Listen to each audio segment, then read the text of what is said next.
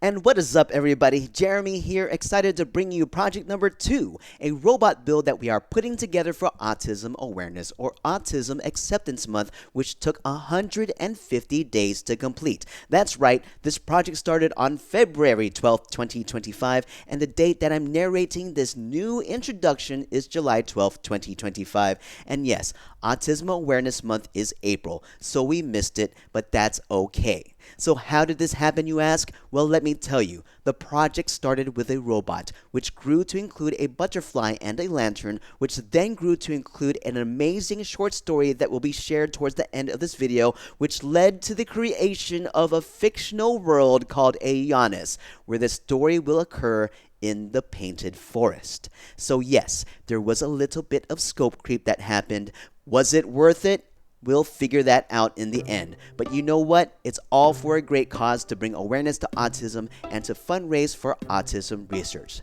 So, to get things started, we have some lids, some plastic tubes from poop bags, doggy poop bags, that's right, and we have some sample applicators from Sephora. We're going to use this USB charger adapter for the head, and a set of BNC cable connectors, and from there, we'll see where things go. As I sand, file, and scuff all these plastic pieces, little did I know just how big this project was going to become. I started in the middle of February, and I'm currently narrating this video on April 15th, and I'm still not done just yet. I have to admit that the experience has been incredible. I learned so much in the building process, and I also learned so much about autism, the autistic community, parents of autistic children, and so much more. I felt like I grew personally in this build process, which is an incredible statement. I will also say that I am wearing a respirator during this prep work because I do not like inhaling plastic. I learned that from the very first project. It's just not a good thing. So always wear a respirator when sanding anything. Do not inhale wood, do not inhale plastic, or whatever you might be sanding down where particles might be flying in the air. And when I finish the prep work, it's time to start putting things together. I am using thin viscosity CA glue, which is great in getting glue into very tight spots, but it does get everywhere.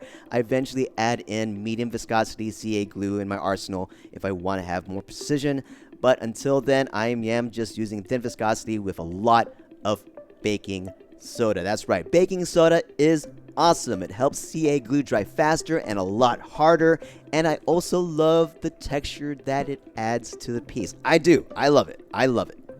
The next thing we have to do is set up some holes in these sections. I am choosing to use a soldering iron to melt holes, and then I feed a beautiful tube from a poop bag roll. So that way it holds all those sections together and also creates a spot where I can feed electrical cable into, because I want to add lights to the head of this robot. I want the eyes to be lights. And I find it very interesting to figure out if you need to cut, drill, or if you should melt something to achieve the result you want and to do it quickly and efficiently.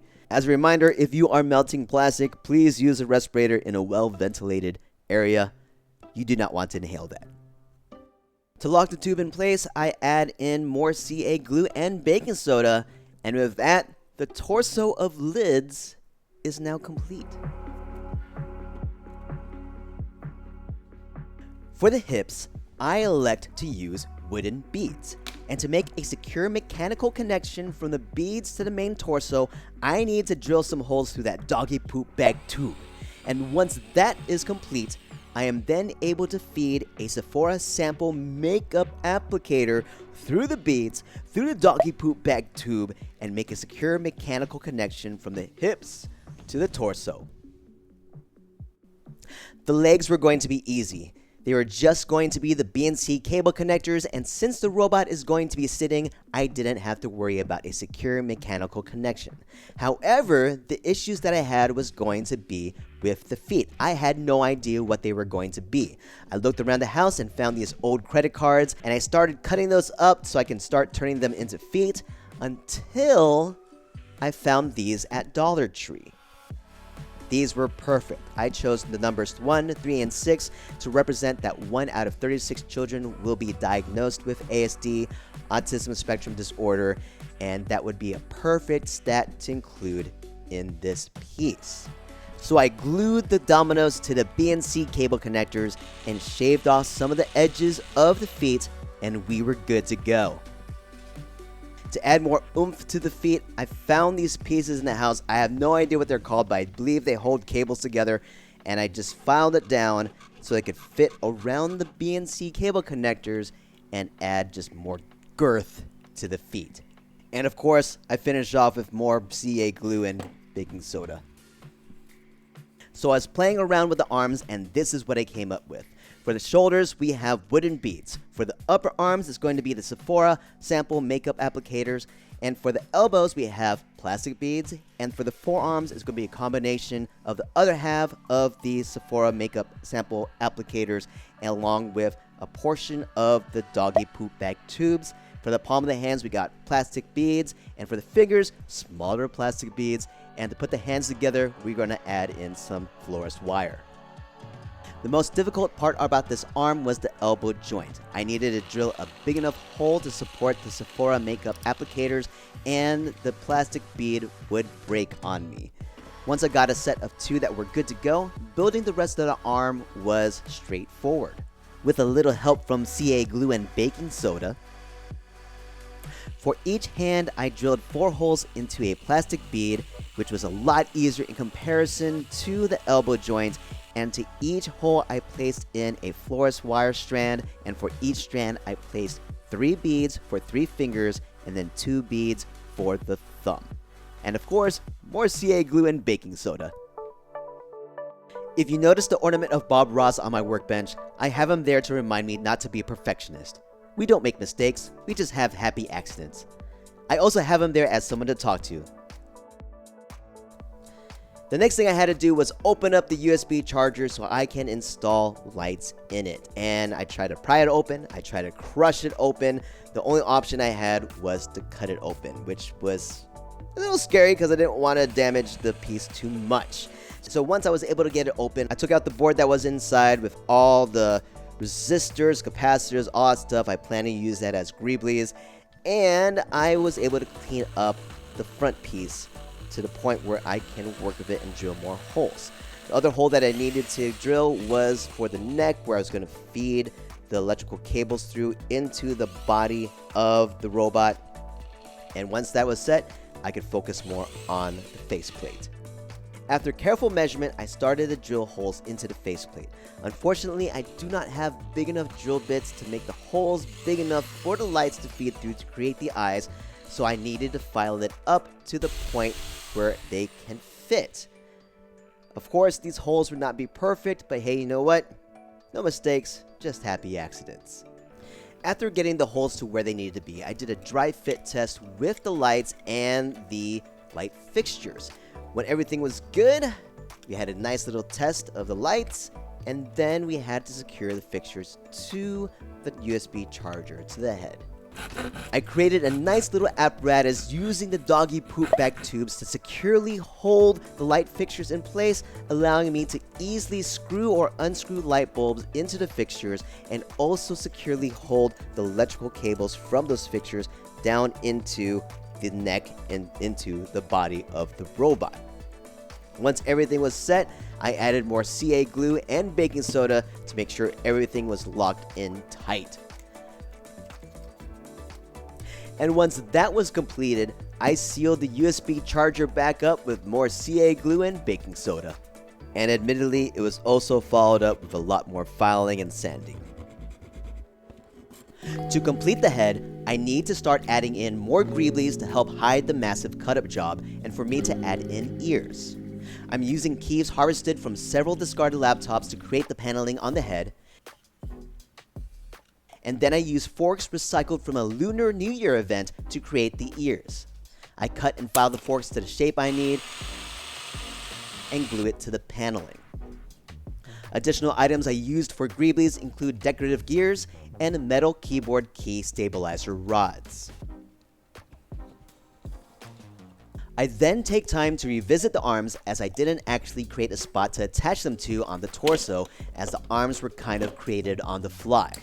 I choose to melt holes into the torso as a place to attach the arms. The funny thing is that I did eventually use more pieces from the Sephora sample makeup applicators to connect the arms to the torso, but I didn't record it. And what I do next is go on a greebly frenzy. Starting with the feet, I source more items from the discarded laptops for the greeblies. These include keyboard pieces, capacitors, resistors, wiring, LEDs, screws, and so much more, and I'm just placing them wherever I see fit. One interesting piece that I found on what I now know is called a lip wand is that you can remove the tip, and I thought this looked like hydraulics in some form and added it to the arm. Other pieces I used as greeblies for the arms are gears, beads, screws, keyboard parts, and rhinestones. I continue the trend on the torso, adding in more pieces from the dead laptops, and another set of greeblies that I decided to use included pieces from zip ties. I also wanted to add a little tail to it. After all the pieces were completed, it was time to add some primer and see what it really looks like. And when I saw the piece after being primed, I freaked out. For starters, I thought the legs were way too short and stubbly. I rigidly wanted them to be that way, but after the torso got bulked up with all the greeblies, I wanted the legs to be longer and more substantial. 2, I thought the tail was way too short and thin. And 3, I felt there were some empty voids that were distracting.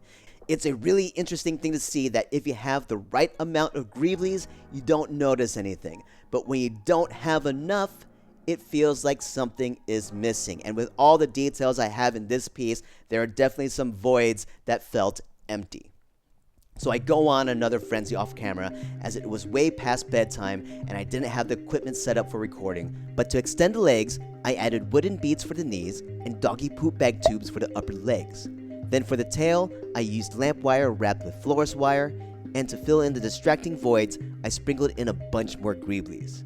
When all of that was completed, this was the outcome.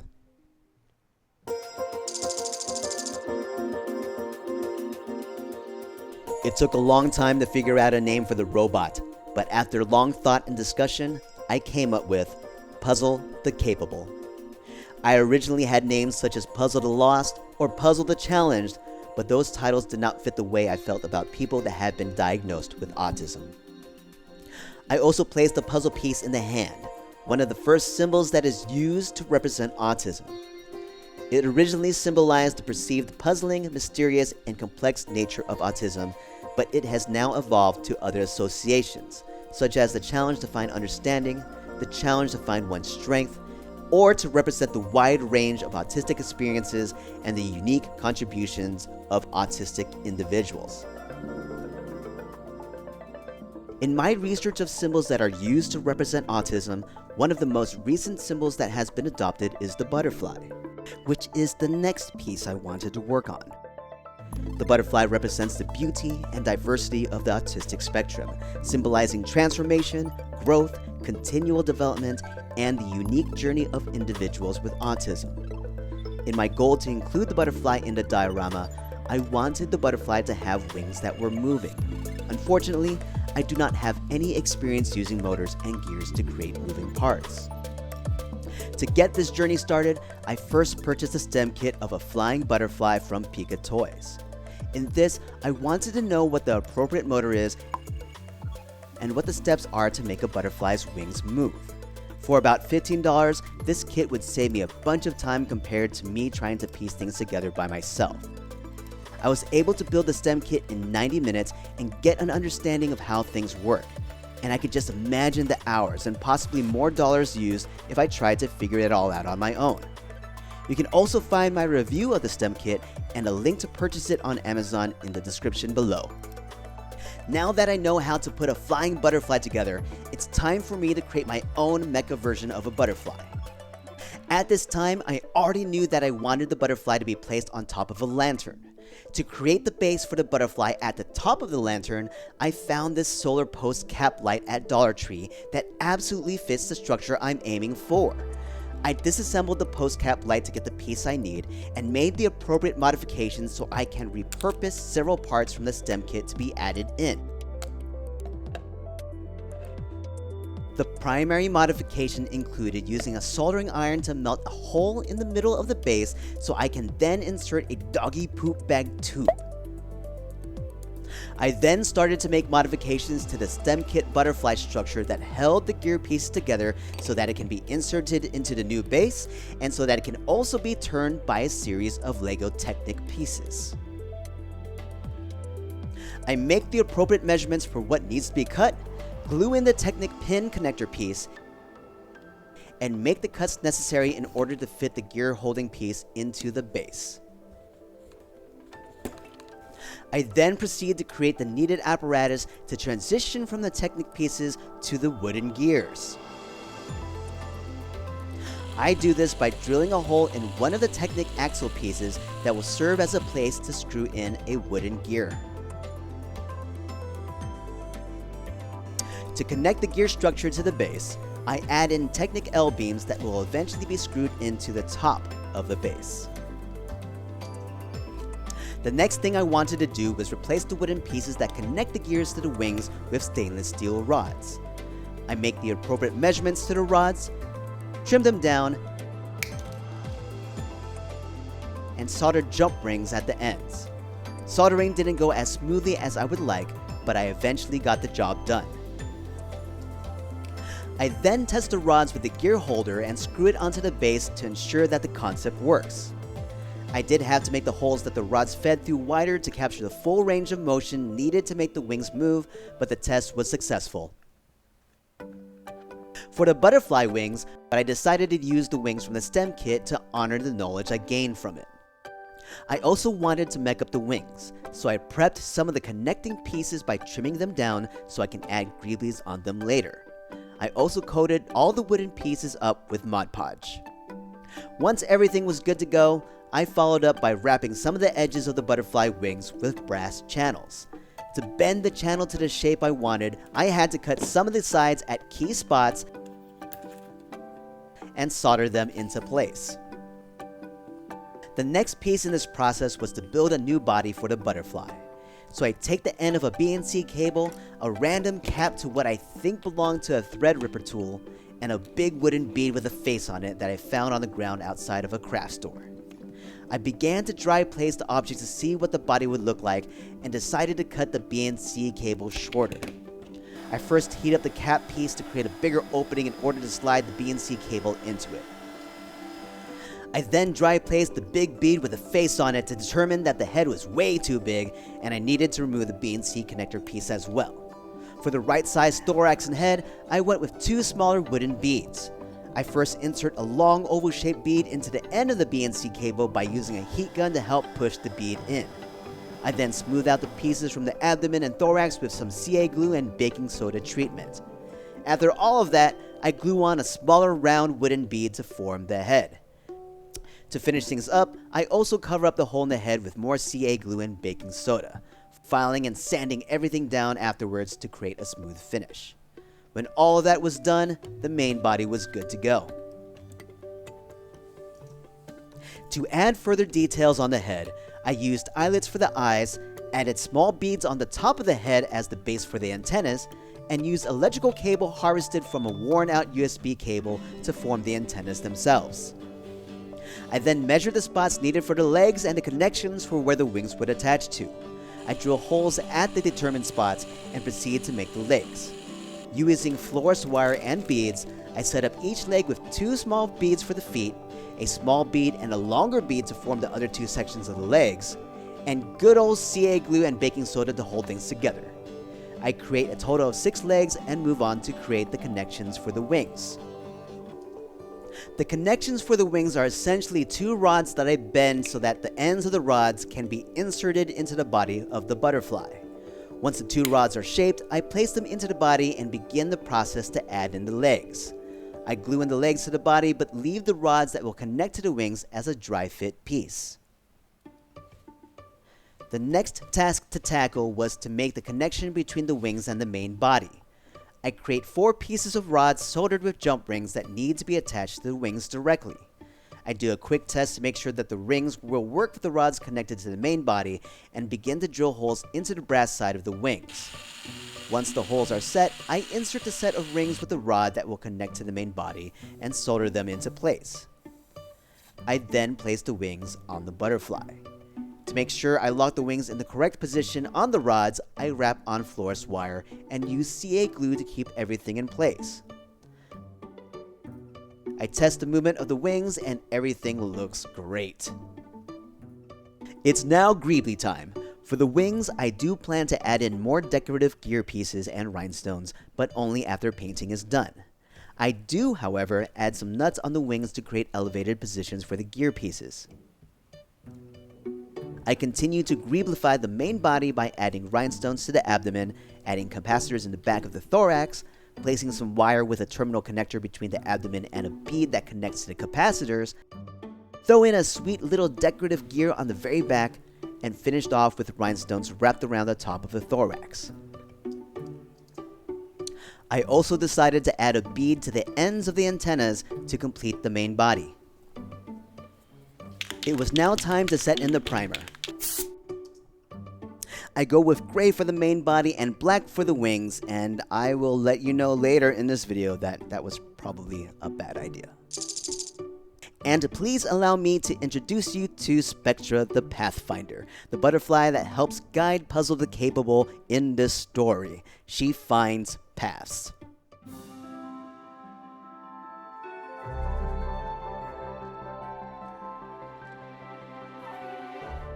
It is now time to work on the structure of the lantern to create the diorama. I was inspired to do this after seeing a set of lanterns at a Dollar Tree. I thought it would be the perfect physical and symbolic piece to bring all the symbols for autism together. The coolest and most challenging part of the lantern was to create a chain of turning gears that would travel from the bottom of the lantern to the top and move the wings of the butterfly. To get started, I sourced wood from an old project that has been sitting in the garage for over a decade. I placed the robot on top of one of the pieces and determined placement needs for the entire structure and the circuitry. For the ground that the robot was going to sit on, I actually wanted it to be a jigsaw puzzle. I didn't have to do the whole thing, but I did it anyway. When the puzzle was completed, I took the section that was needed for the floor of the lantern, removed the pieces where I would need to screw in the floor piece to the base, and Mod Podged everything in place. I trimmed the puzzle to the edge of the wooden piece and saved extra puzzle pieces to be added on later. I also drilled the holes that was designated for the robot to be secured to and did a dry test.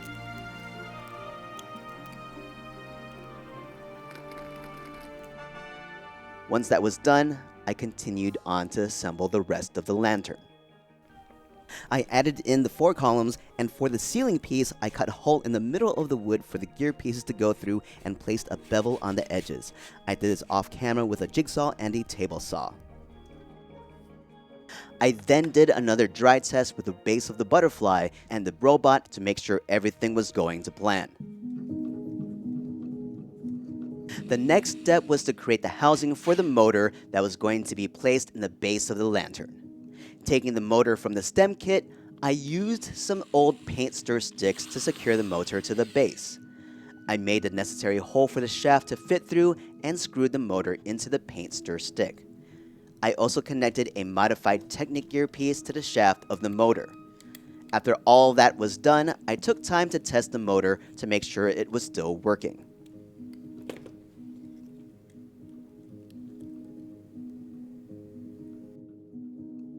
To build the chain of gear components, I first cut a hole in the floor of the lantern and began filing the edges in order to accommodate the very first gear piece.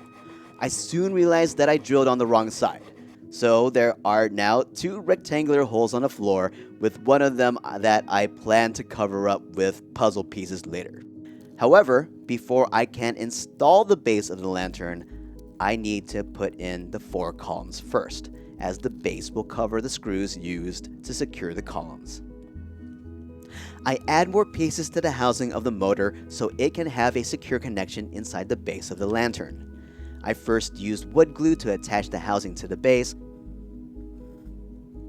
then followed up with some screws. While the glue dries, I worked on constructing the walls for the base. Off camera, I glued them together and drilled a hole for a power switch and then added in screws to make a more secure connection. When ready, I glued the walls of the base to the lantern, cut up and glued some more pieces inside to act as a stop for the base cover, screwed the lantern to the walls of the base, and finished things off by putting the puzzle pieces back in to cover the screws. At this time, I felt like everything was going to plan, and I did not realize the challenges I was going to face when putting all the gear pieces together. I will say that this was a great learning experience when it comes to using motors, gear pieces, and electricity, but man, this was a long process to learn from. To continue building the chain of gear pieces, I worked to add in a new mechanism to connect a brand new gear piece. Using pieces of the paint stir sticks and technique beams, I was able to get the necessary space to fit the selected gear piece in. The next part was to continue building the chain of gear pieces on the column nearby. To do this, I defined a necessary space with the selected gear piece, drilled the necessary hole, cut out a brass tube that works with a techno axle and also fits in the hole I just drilled, glue it into place, and finish off by adding in the selected gear piece. I continued this process and added variations to the gear piece up until I reached the ceiling of the lantern. The process took a very long time, so I switched things up a little bit and started gluing random puzzle pieces to the floor of the lantern to create a more interesting surface that also helps cover up the technique beams and holes.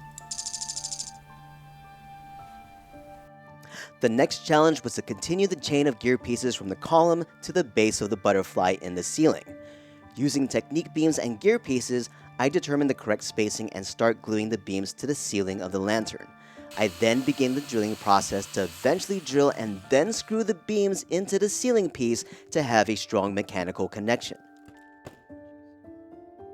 I continued building on from the beams to realize that the wooden gear pieces in the base of the butterfly was creating a lot of friction and made it difficult for other gears to turn. Due to this friction, I decided to replace the wooden gears with technique gears. I create some necessary modifications to the gear pieces by cutting an axle piece to fit and then drilling a hole at a sweet spot between the axle and the gear so that they can hold metal pins to transfer the rotational motion to the rods that would move the wings. I did a little test run and everything seemed to be working fine. Keyword seemed. I screw in the ceiling piece back onto the lantern and continue to connect the chain of gear pieces from the bottom to the top. To vary up the look of pieces, I added in more variety and also made some additional modifications to create a stronger connection between gears. I secured more pieces into place and things were just working. From there, I noted that the diorama felt unbalanced. So I continued to work down the right column, and that's when I started having problems. What I haven't been mentioning is that with every single gear piece I added on, I was creating more friction that made the motor work harder. In the STEM project, the motor was only using 3 volts of energy. To get all the gears moving in the lantern, I was pushing the motor up to 12 volts, which was a really bad idea. The safety mechanism in the motor that would set off when the necessary torque was too high broke, and any small amount of friction would keep it from turning. However, with what I know now, I'm surprised that the motor didn't burn out earlier. The second problem I found was that the gears that were used to move the butterfly wings were not firmly connected to each other, making the pins move to unintended spots. To solve the issue with the broken motor, I decide to order 3 different motors to spread out the workload between them, and while I wait for those to arrive, I focus on creating a new apparatus to hold the gears that make the wings move. Using more pieces from the paint stir sticks, I construct a section necessary to firmly hold the gear pieces that move the wings together so that the pins will not fall out of sync. I carefully measured everything, but I still managed to not drill in the right spot. I compensated for the misdrilled holes by gluing on another piece of a paint stir stick, and it worked out perfectly. I secure all pieces by drilling holes and screwing them all together. Note that I am screwing the heads of the screws deeper into the wood as the top of this piece will need to be flush with the base of the butterfly. To set in the gear pieces appropriately, I cut up more brass tubes and secured them into the apparatus with some CA glue and baking soda. I added in the gear pieces and axles and it worked perfectly. I screw in the apparatus to the base of the butterfly and things seem to be working. For now. In preparation for the 3 new motors coming in, I already separate the gear chains into 3 sections. One for the left column, one for the right, and one for the butterfly in the center. I key the shaft of the motors with the Technique gear pieces by inserting the shaft into the gear piece and forcing in a screw. I add in another screw for good measure and things look like they work.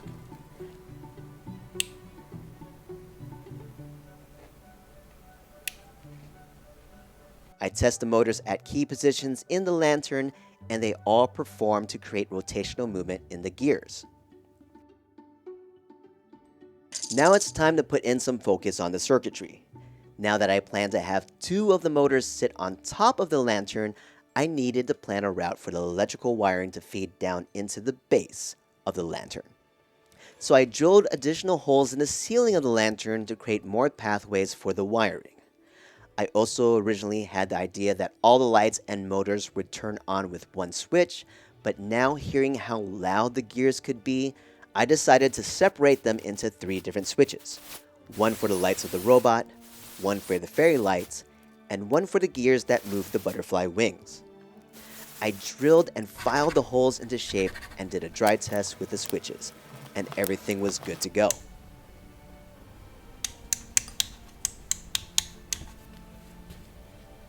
It's now time to secure the motors in place, and once they were in, I did a quick test and all the gear pieces were rotating. However, the one thing I haven't done yet was test all these gear parts with the butterfly, so it was time to create the actual connection piece between the butterfly and its base. For the connection piece between the butterfly and the base, I wanted it to look like a hook. I measured out the distance between the test doggy poop bag tube and started a shorter one where the hook would connect to. I also wanted to create a secure mechanical connection between the tube and the base. The method I chose was to pin things into place after the doggy poop bag tube was inserted into position. I drilled the necessary holes and ran a quick test, and sure enough, it felt very secure. I continued drilling more holes in order to insert an aluminum tube as a hook. I cut down the tube to the appropriate size and began working to create a hook with the aluminum tube. I used a tube bending tool to bend the tube to the desired hook shape and trimmed it down. Okay. I insert the hook into the doggy poop bag tube and add a quick drop of CA glue to temporarily hold the hook in place so I can make an appropriate mechanical connection. To begin the mechanical connection between the hook and the doggy poop bag tube, I start up by drilling the necessary hole and then adding in a screw. This was absolutely perfect as I planned to remove the hook from the tube many times, and having a position that it had to be screwed into creates consistency. Now it was time for the mechanical connection between the hook and the butterfly. I loosely measured out where the body of the butterfly would be if the wings were in the correct position with the rods connected to them. I marked the position of where the body was in accordance with the hook and solidified the spots to drill and insert screws. I carefully drilled holes into the hook and the corresponding holes into the butterfly and then screwed them both together. I finally added the butterfly to its base and got a full test run with the robot and the butterfly.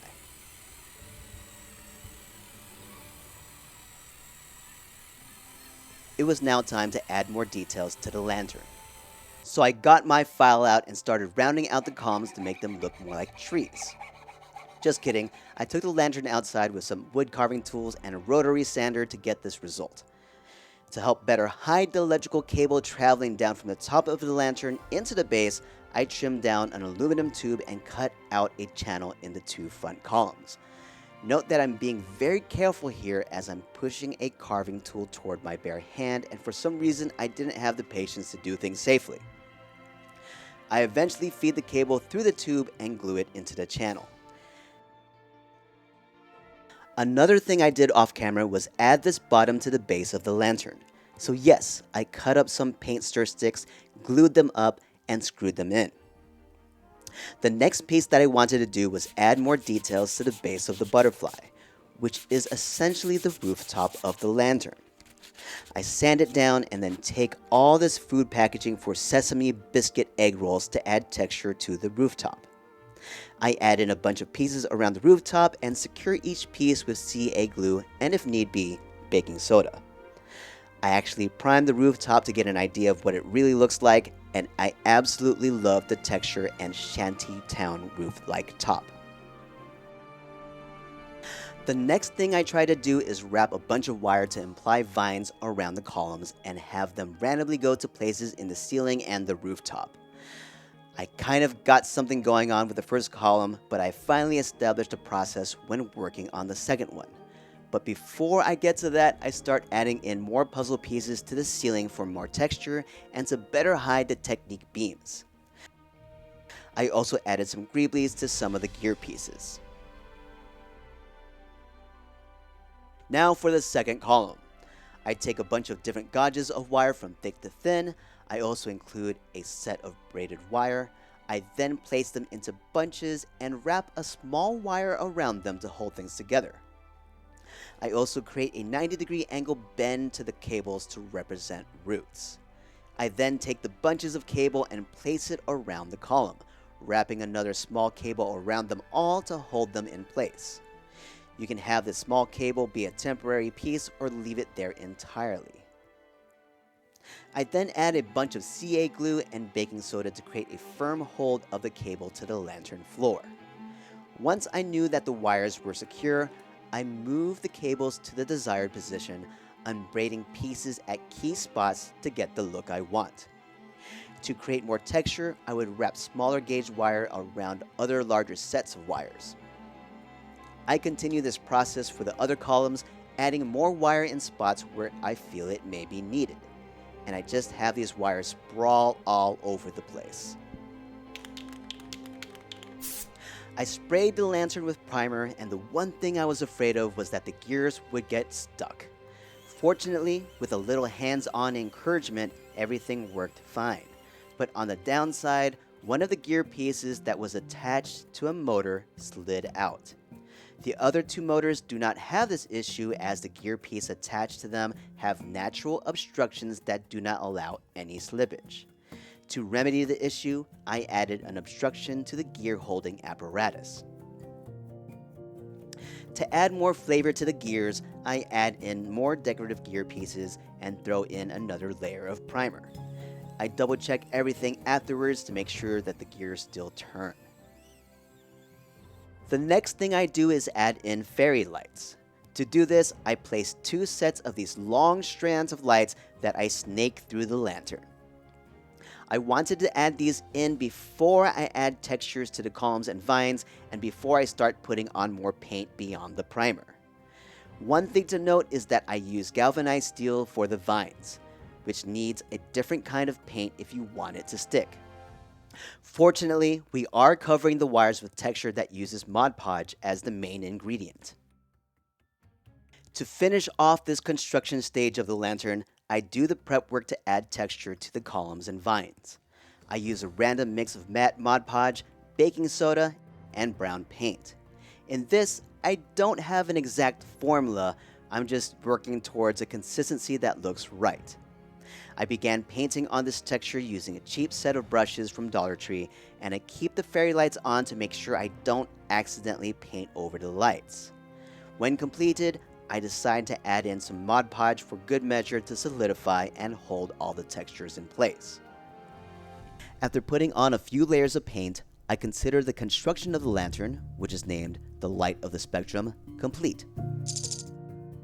It was now time to finish painting all the pieces and to put everything together.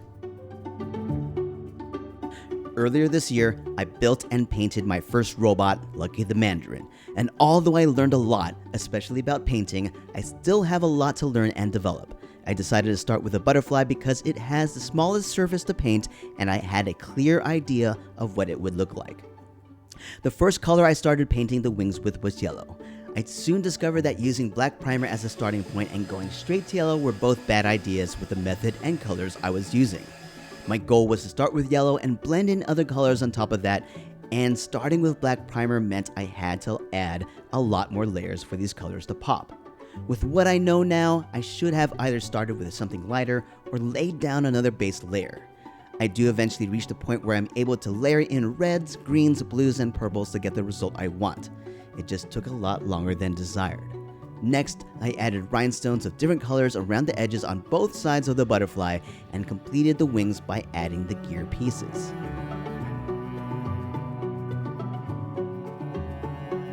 The main body was going to use a blend of pearl purple on the thorax and head, and eventually towards a pearl denim blue on the abdomen.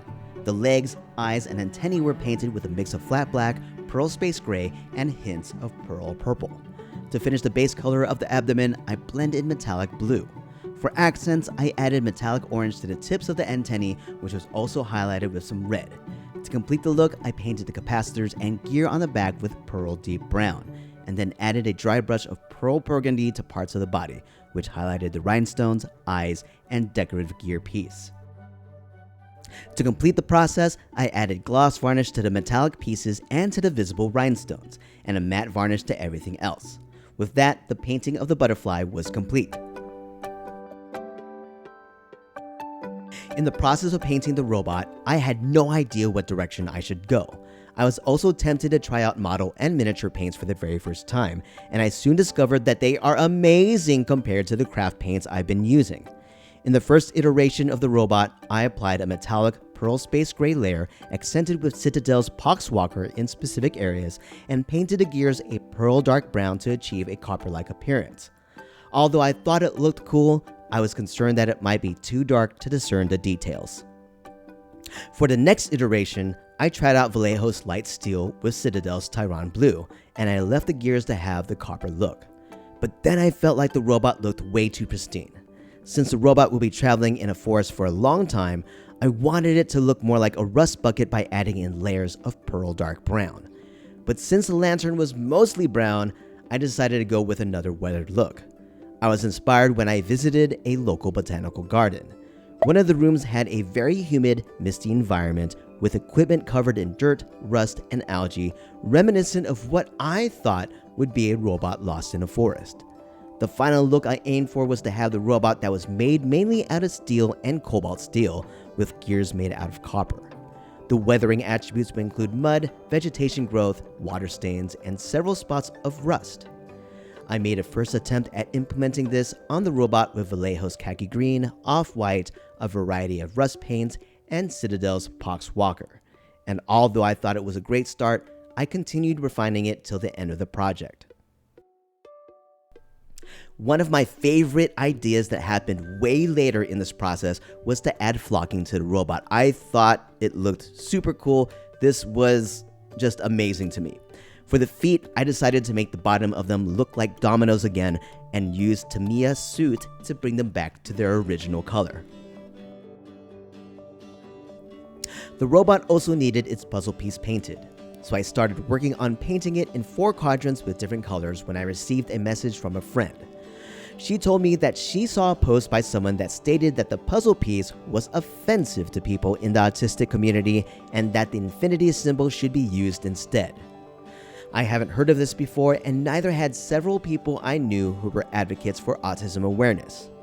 I took the time to research the statements, and I discovered a comprehensive view of how people in the autistic community have varying levels of acceptance or rejection of the 3 main symbols used to represent autism.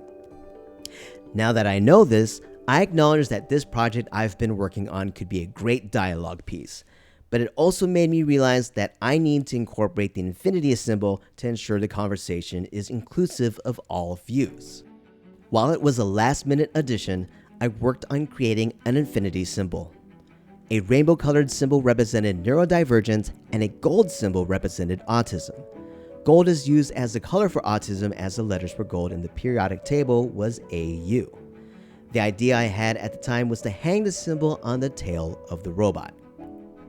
The date was already April 6th, and since April was Autism Awareness or Acceptance Month, I wanted to take photos and videos to highlight what I was doing. I quickly added some details to the hook of the lantern, painted it, and assembled everything that I had for the diorama for a quick media shoot. It served as a nice benchmark to gauge progress. This was also a moment when disaster struck. During the media shoot, 2 motors broke down. One was easily replaceable, while the other one was in a difficult spot. As you can see, the only gears in motion are the ones that move the butterfly's wings. At this moment, I felt defeated, so I considered covering the columns with vines and keeping everything stationary, except for the gears that move the butterfly's wings. I shared that thought with several friends, and they thought the gears turning was super cool. So I persevered and looked for a way to switch out the motor. Off camera, I performed a task that felt like surgery. I drilled holes in the lantern's top, replaced the broken motor, and cleaned the tubes holding the gear pieces in place on the columns to minimize friction.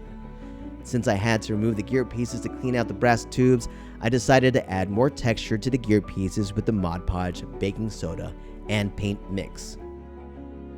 The date is now April 15th, 2025, and the CDC just released new data that 1 out of 31 children in the United States are now diagnosed with autism spectrum disorder. Factors contributing to the higher rate include increased awareness of autism, broader diagnostic criteria, improved screening tools, and standardized screening processes. This is definitely a very interesting occurrence, but I decided to keep the feet of the robot as is. The other key thing that I wanted to change was how I integrated the infinity symbol in the piece.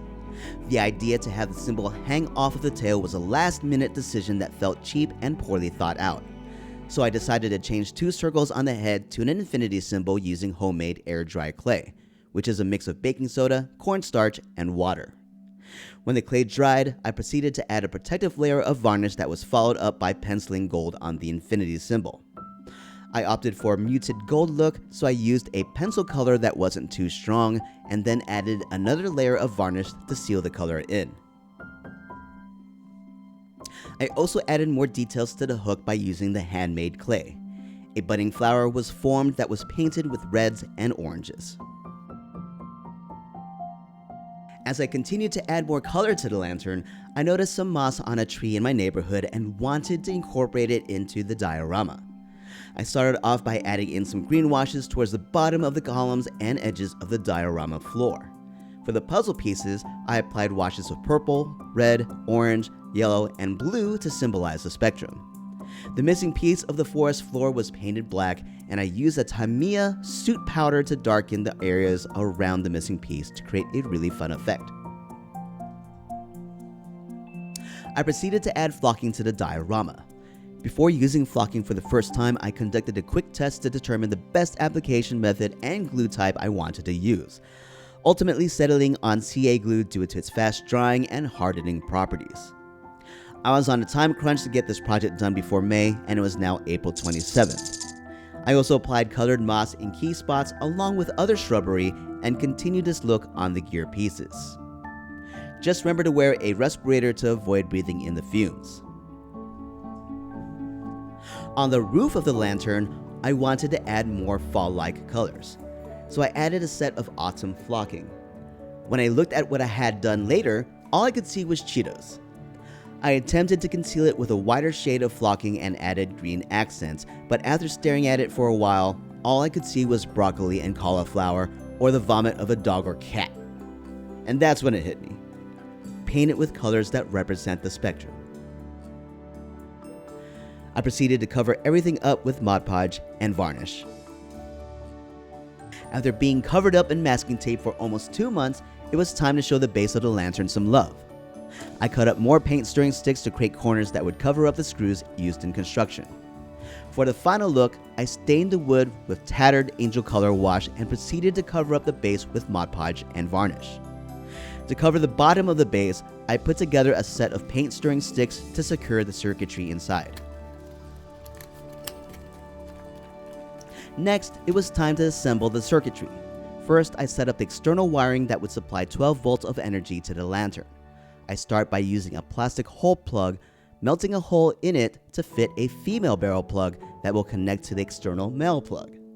Using the magic of superglue and baking soda, I create a solid plug that could be inserted into the back of the base.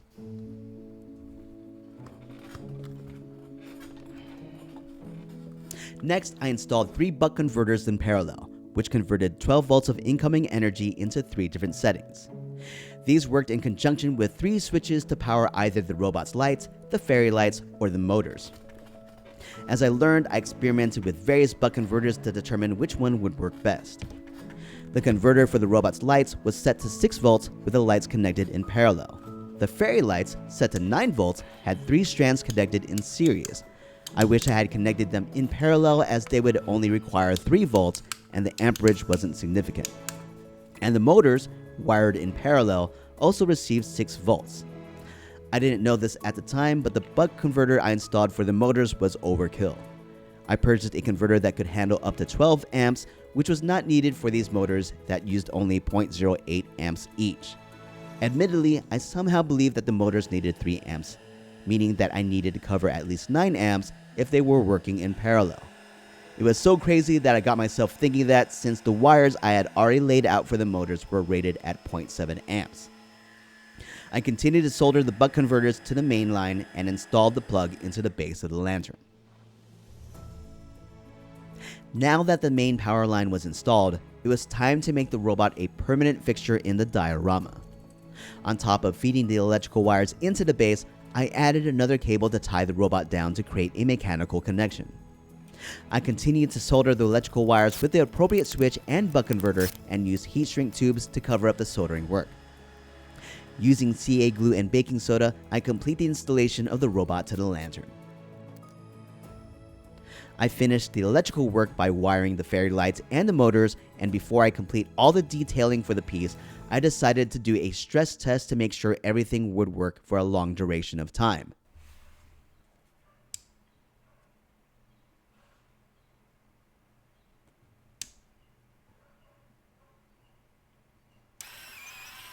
And this is where the next set of disastrous issues happened. The first issue was that the lights for the eyes were excessively bright, which is an easy fix, but the problem occurred 15 minutes into the test when the motor for the right column burned out. Smoke was literally coming out from the top of the lantern. The date was May 3rd, and we were planning to have our last Autism Awareness fundraising event on May 4th. And yes, the event was going to be Star Wars themed, and I had my Yoda ears ready. At this event, I was also going to present the piece and give it to its brand new owner. To fix the issues, I had to order a brand new motor and find a way to dim the lights. These items would not arrive until after the event, so I stopped working on the piece and decided to show what I have completed. Fortunately, everyone that saw it thought it was super cool, regardless of the few current drawbacks. With more time to thoroughly examine the issues, I can now ensure this piece won't break down. I've come to realize that without a deadline, I could work on this piece indefinitely. As the famous Leonardo da Vinci quote goes, "Art is never finished, only abandoned." I realized that I'll meet the owner of this piece again in early June, and I'm currently on day 82 for this project. I decided that I will stop on day 100, which would be May 23rd. To solve the issue of the extremely bright lights, I had ideas to paint them or cover them in frost, but what seemed to be the best solution was to use an adjustable buck converter where I can manually set the voltage to something that would dim the lights. After discovering how awesome this buck converter is, I deemed it to be my go-to converter. So much better. Now, solving the issue of the broken motor needed more careful thought. Usually, a breakdown is caused by overheating. These are the main reasons why a motor would overheat. Not enough ventilation where it's installed, too much voltage, or it's overworked. Ventilation wasn't an issue, and the motors I installed were rated up to 6 volts, which is exactly what I sent to all 3 of them. That means the motor was overworked. While the motors were working at max capacity, the friction for the gears on the right column pushed that motor over the edge. I had already minimized gear friction, and further reduction would require a complete overhaul of the gear setup, which is not feasible at this point. The plan was to enter surgical mode and replace the right column's motor with a new 12-volt 100 RPM motor. And since the motor on the left column is easily accessible, I'm also going to switch that out with a 12-volt motor. I'm going to keep the 6-volt motor for the gears that turn the butterfly, since that one is also in a difficult position to replace and it has been working fine. I'm going to replace the buck converter with an adjustable one and set it to send out about 5.2 volts to all the motors. My working theories are that the 12-volt motors will provide more torque and have more room to operate since they won't be running at max capacity. And I also wanted to avoid running the 6-volt rated motor at 6 volts to reduce the risk of it breaking it down. This also means that the 12-volt motors will be moving at around 40 RPMs, which I think would be great for this project. After doing an initial test that lasted over 2 hours, everything continued to work perfectly. To boost my confidence even more, I would show the piece running during my virtual fitness classes. I really wanted to make sure that this piece will not break down once I give it to its new owner. Now that the issues were addressed, I can permanently install the butterfly and finish the last set of detailing and painting. I first install the hook on the top of the lantern and secure it with a pin underneath. I installed the rods, connected the wings, and added in CA glue with baking soda to the tube. Following up, I secure the wings to the body of the butterfly with CA glue, add texture to the tube with the Mod Podge, baking soda, and brown paint mix, and finish it off with a layer of burnt umber paint. Afterwards, I add primer painted puzzle pieces to the top of the lantern, finishing all the main structural goals I had for this piece. The rest of the work includes painting, flocking, adding more painted color variations in the diorama, dry brushing, other paint effects, touch-ups, and varnishing. As I show that, it's time to share the story of the robot, the butterfly, and the lantern. Please note that this is the first time I have ever tried to narrate a story like this, and it took a couple weeks to do it. So I hope you enjoy, but if you don't like my narration and prefer to just read it, like my girlfriend, you can read the text at puzzle.jramosworks.com.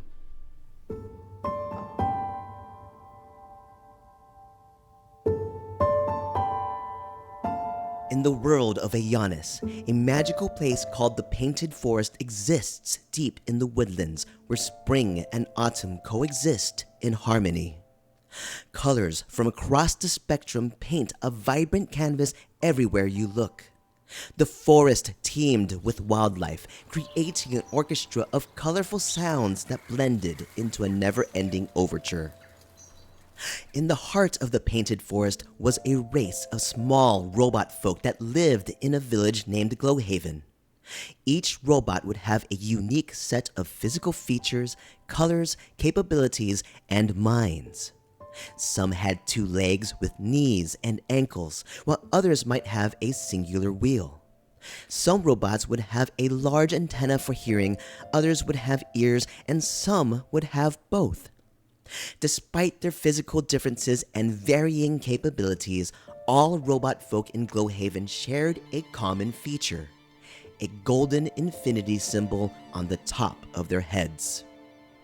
The village of Glowhaven was designed to blend in with nature. Homes were built inside the trunks of trees, large hollowed-out roots, or fallen logs that were often covered in a variety of colored moss. The only distinguishable feature of the village was mushrooms, both big and small, that would emit a glowing amber light underneath their caps. A unique phenomenon that could only be found at Glowhaven. The robot folk were protectors of the Painted Forest. They lived harmoniously with the wildlife, and they would frequently ride on squirrels, birds, or other animals to get from one place to another. While they knew that they were protectors of the forest, after generations of peace, harmony, and abundance, they didn't have a clue about what they needed to protect or from whom. Puzzle, a young child robot, had large ears, big bright lights for eyes, 2 legs, 2 arms, hands, feet, and a long tail. But he didn't have a mouth and was unable to communicate through talking, beeping, chirping, or humming. He would communicate by flashing his eyes, but sometimes they refused to flash for him. Whenever that happened, he would become frustrated and look incredibly annoyed. Just like other young robot folk, he enjoyed playing outside, but he was especially gifted in solving puzzles. Although he wouldn't tell other robots, his eyes would guide him to find what he was looking for. As he played hide and seek, he could see the footprints and essence of the living thing being tracked, which appeared as a distinct color that reflected its mood.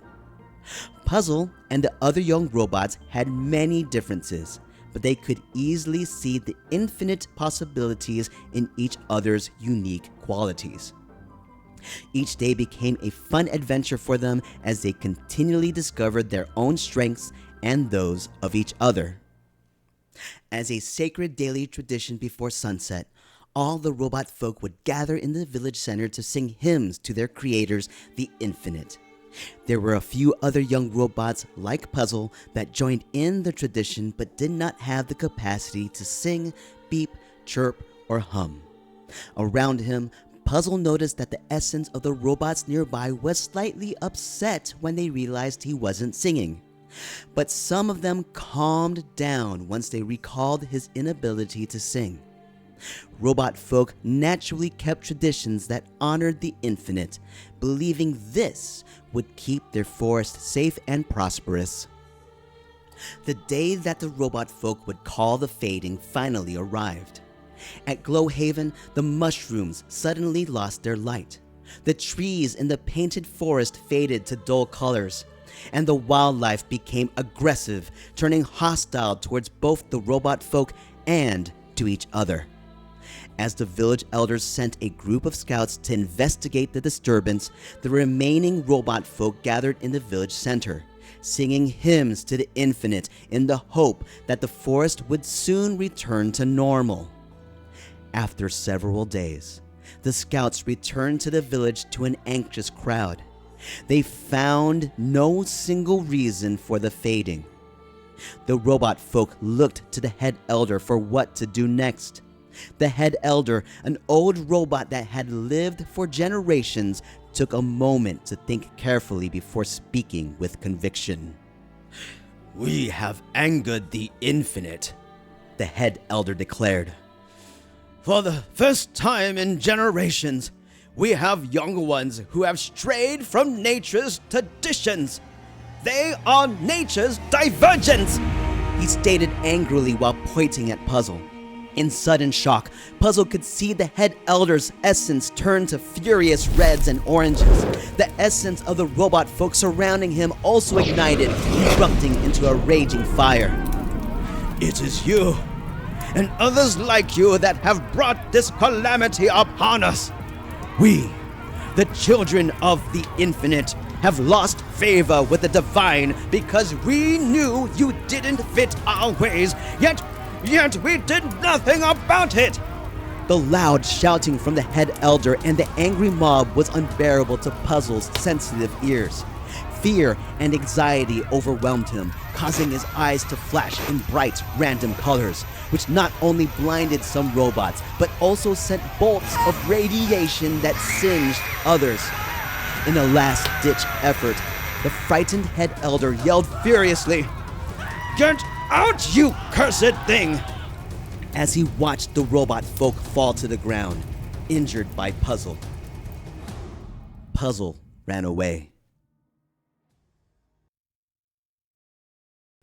In the fading forest, Puzzle would continue walking without direction for months. He was trapped in his thoughts, going over what had happened again and again. His body paid a toll traveling through mud, rain, and the unforgiving blaze of the sun. His eyes could see the essence of the trees fading away, leafless husks of a recent memory filled with colors of spring and autumn. The only sounds left in the orchestral composition of wildlife were his own footsteps. The forest is almost completely devoid of life, but occasionally, Puzzle would catch glimpses of an animal's angry or fearful essence in the distance. One day, he tripped, tumbled down a hill, and hit a sharp rock, which left a gash on his back. He finally came to a stop with a tremendous thump at the foot of a tree. Puzzle sat up straight with his back resting against the rough bark. He looked at his hands and saw that his essence was also fading away. This was my fault? He thought to himself. Gravity tilted Puzzle's head downwards as his eyes slowly dimmed until their light went out. There you are! Puzzle woke up abruptly, his eyes slowly flashing a dim light, to find a robot butterfly with wings colored by the spectrum and adorned with bronze gears perched on one of the tree roots. Is this real? Puzzle thought to himself. Of course this is real, the foreign voice replied in Puzzle's mind. Wait, you can read my thoughts and talk to me? Puzzle asked. Yes, I don't have a mouth either, so I communicate this way. The butterfly answered, moving her antennae. The orange bulbs at the end of them would glow with every word she telepathically communicated. I've never seen a robot butterfly before. I'm sure there's a lot that you haven't seen before. Not many from the painted forest ever do. But come on, we need to get going. We can discuss more along the way. The butterfly turns around to start the journey. Wait, what? Where are we going? I can't move, Puzzle interjected. Oh, okay, hold on. The butterfly flies down, lands in front of Puzzle, and walks a path that forms an infinity symbol. She continued tracing this path while the bronze gears on her wings turned. When ready, she flew back into the air. The infinity symbol on the ground begins to glow gold. Following suit, the infinity symbol on Puzzle's head also glows gold, and his eyes light up brightly. There they are. The butterfly refers to Puzzle's eyes. Try getting up now. Re-energized, Puzzle was able to get up easily. There you go. You are capable after all, the butterfly urged. How did you do that? Puzzle inquired as he saw that the essence of the butterfly was of the color gold, and he wondered what that meant. Just like you, I also have some gifts, the butterfly replied. Come on, we need to get going. We're running out of time. The butterfly begins to fly towards their destination. Gifts? Puzzle questioned. My eyes? I wish I never had them. I've hurt others, and it's terrifying to see what I can see and knowing what these eyes can do. As Puzzle's eyes flash violently from heightened micro-emotions, they shoot out bolts of radiation that strike the butterfly, causing her to plummet to the ground. She recovers quickly and flutters her wings to act like nothing happened. Puzzle calms down when he sees her get back up seemingly unharmed and thinks, See what I mean? The butterfly composes herself. Your gift is not a curse. You are not a curse, and you are not the reason why this forest is dying. What we're going to figure out together is how to control your gift and help you be the best version of you. So, hello, my name is Spectra, and I'm a Pathfinder. What's a Pathfinder? Puzzle asked. Spectra flutters her wings to take to the air. It's a guide of some sort. I find paths, and today we're going to find yours. She turns to the direction of their destination and starts the journey. I have so many questions in my head, Puzzle muttered in his mind. I know, I can hear them all. After 31 days of traveling during the day and intense training at night, Puzzle and Spectra reached their destination. With Spectra's guidance, the young robot learned how to better control his eyes. He mastered how to communicate by flashing his eyes on command, switch his essence view on and off at will, and control his emotions to prevent his eyes from firing uncontrollably. Puzzle also developed the ability to direct beams of focused energy from his eyes to a singular spot. Spectra also answered a lot of Puzzle's questions, but many of her answers were filled with ambiguity. "I understand that you're good at solving puzzles," Spectra said as they arrived at a foreign object, a lantern fit for a human that was hidden between a cluster of dry brush. "We need to solve this one." "What is this?" Puzzle asked. "This is called a lantern. It's a gift from the infinite," Spectra answered. "It's called the light of the spectrum, and it has been here for a very long time. This is what gives this forest life." "Was this something that we were supposed to protect?" "One of many," Spectra proclaimed. "But I would say that this is pretty high up in the priority list." Puzzle examined the lantern. It resembled the painted forest before it faded. There were 4 columns that looked like trees with wooden gears that aligned 2 of the columns in the back. The floor of the lantern was a jigsaw puzzle with a piece missing, a spot that is now covered in soot. Switching the view in his eyes to essence detection, Puzzle was able to faintly identify the trail of a robot that had taken the missing piece. The mood detected in the robot's essence kept switching between hope and despair. "The trail goes this way," Puzzle said to Spectra when he realized that she was already flying ahead of him. "I can read your mind," she replied as they started the next leg of their journey. After following the footprints for a day, Puzzle and Spectra reached a cave. Puzzle's sensitive ears could hear music from a distance.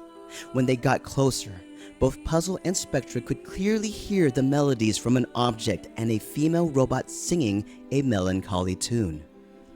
"What is that?" Puzzle asked. Spectra was surprised at what Puzzle was inquiring about in his mind, but she knew exactly what it was. "It's called a lute," she explained. "It's a musical instrument, one of many."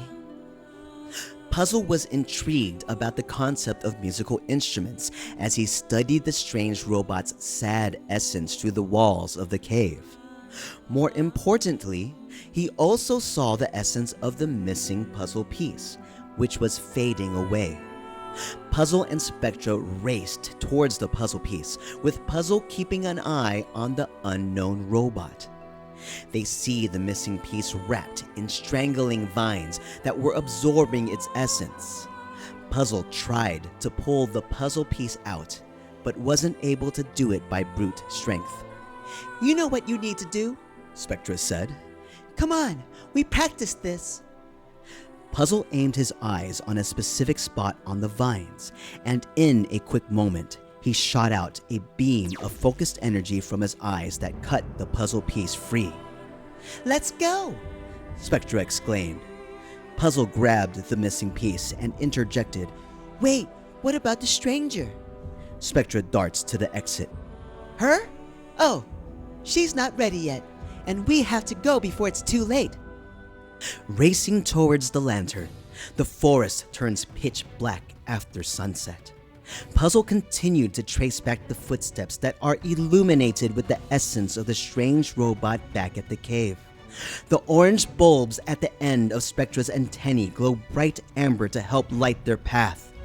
Puzzle feels the pulse of the missing puzzle piece in his hand, a heartbeat that continues to grow weaker every minute.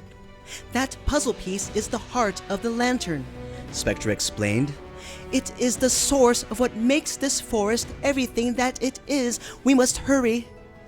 Puzzle grows more sensitive to each passing pulse from the missing puzzle piece, urging him to move faster.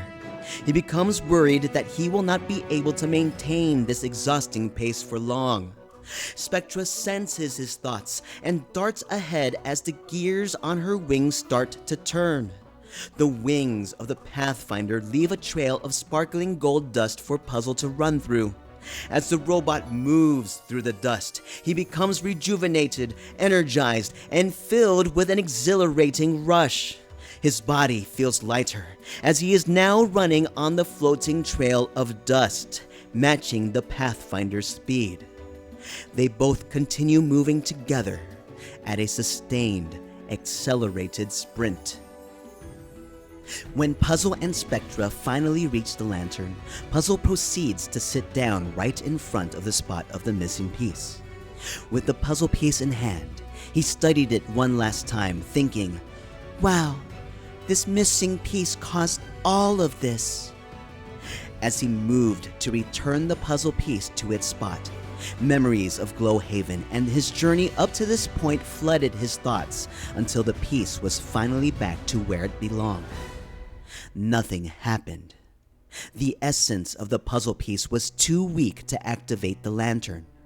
Puzzle looked at Spectra and said, "I know what to do." Spectra then read what Puzzle was thinking. "Are you sure?" she questioned. "We haven't really practiced that one." "Yes, I am capable," the confident Puzzle answered. "That you are." Spectra flew up to the top of the lantern to be in a safe spot. When Puzzle knew that Spectra was safe, the infinity symbol on his head began to glow a bright gold. His eyes grew into a blinking light that started to flash wildly and emit a kaleidoscope of colors across the spectrum. Bolts of radiation shot out from his eyes, illuminating the colors of the jigsaw puzzle floor and creating trails of light that traveled up the columns to the top of the lantern. Spectra's wings fluttered wildly. The lantern's gears turned, intensifying the light of the spectrum. Suddenly, a burst of light formed a wave that traveled from the lantern. Each tree that the wave passed through produced spots of lights that eventually illuminated the whole forest, resembling stars blinking in the night. The essence of the painted forest was returning. When the wave of light reached Glowhaven, the infinity symbols of all the robot folk began to glow a bright gold, re-energizing the villagers. The mushrooms returned to life and were glowing brighter than ever before. When the spots of light were done revitalizing the forest, they would begin to float back to the lantern. The robot folk followed the lights. By the time the villagers reached the lantern, it was sunrise. They were all surprised to see Puzzle, who was still sitting in the middle of the lantern that was fully lit, with the gears running all on their own. The animals were beginning to return as the sounds from the orchestra of wildlife started to enrich the forest. Some of the other naturally divergent robots that were also banned from the village followed the floating lights to the lantern, and they all witnessed what happened next. The small spots of light gathered at the lantern. They combined together to form a large glowing globe that floated down in front of Puzzle. Spectra flew to Puzzle's side. "This is a gift from the infinite, Puzzle. Make a wish."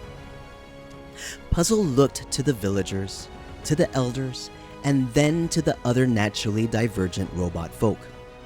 It didn't take long for him to decide what he wanted to wish for. Having gone through so much during the fading, and having seen how he and others like him were viewed and treated, he could only think of one thing. Puzzle touched the glowing light, and with a bright flash, it turned into a leaf that floated down to the feet of the head elder. The head elder picked up the leaf and saw words inscribed by the infinite on it. It was a brand new hymn, a hymn of acceptance. A new feature of this hymn is that it also has notation and instructions for musical instruments. The head elder looked at Puzzle and nodded. He held the leaf above his head, and the words began to glow gold. The leaf levitates into the air as the words brighten. At that moment, all the robot folk knew the hymn, its meaning, and about musical instruments.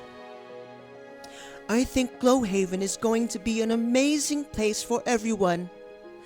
Puzzle thought this to himself as he turned to his side, only to discover that the butterfly and her essence had vanished.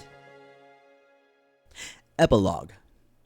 The robot folk at Glowhaven were inspired and filled with purpose. Compelled to live up to their title as protectors of the painted forest, the elders formed the Watch, a ragtag group of selected volunteer robots with various talents and abilities. They were designated to build an outpost near the lantern and guard it. Scouts mounted on wildlife on the ground and in the air were mobilized to search for other powerful relics in the forest. A group of robot folk gifted in botany began work on cultivating the glowing mushrooms in hopes of expanding the light of the village, enabling a bigger and more capable Glowhaven, home to the protectors of the painted forest. Sunset approached, and the robot folk started gathering at the village center for their sacred tradition of singing hymns to the infinite. Robots that couldn't sing, hum, beep, or chirp soon learn to play a variety of musical instruments so that they can actively participate in the tradition. The hymn of acceptance served as a constant reminder to the robot folk to embrace differences, recognize that everyone is capable, and find ways to live in harmony. After the sunset tradition, Puzz L the Capable was at home preparing for bed when Spectra the Pathfinder suddenly burst through his door. Puzzle, I'm going to need your help for this one, Spectra exclaimed. She's ready. I hope you enjoyed the story. I had an absolute blast developing it based on what happened during the build and what I learned along the way. And without further ado, here is the final reveal of the robot, the butterfly, and the lantern.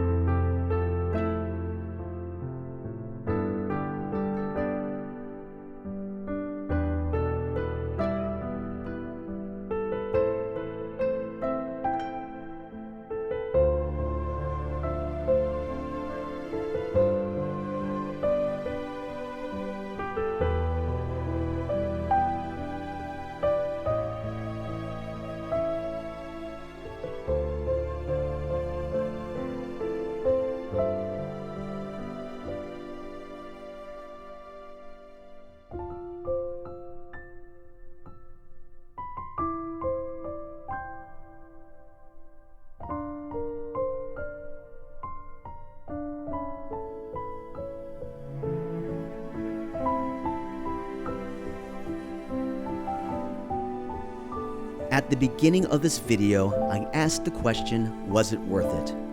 It took 100 days to complete the artwork, 10 days to write the story, of which a lot of it was inspired by the build.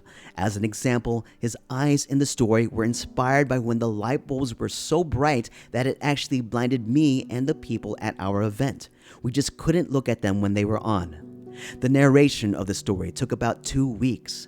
It's a different process to narrate using a wide range of different tones and voices to get the desired impact. I did 4 different iterations of the narration to get what I wanted, and then all the photos, videos, and editing afterwards. That took things to 150 days.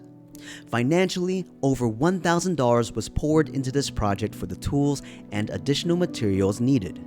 Granted, the cost will be stretched over time, and not all of the materials purchased were used, so I would estimate that there is around $250 in this piece, excluding all the found or donated materials. The most expensive part of this project was the electrical work. So was it worth it? Absolutely. I had an amazing experience. I learned so much in the build about autism, the autistic community. The owner of this piece loves it. The story came out great, and I have a whole new world to continue building stories in. And I have 2 more already planned. The final touch I add to this piece is the application of the nameplate. I was finally excited to deliver this piece to its brand new owner, the person who suggested that I should build something for autism awareness as a fundraising piece.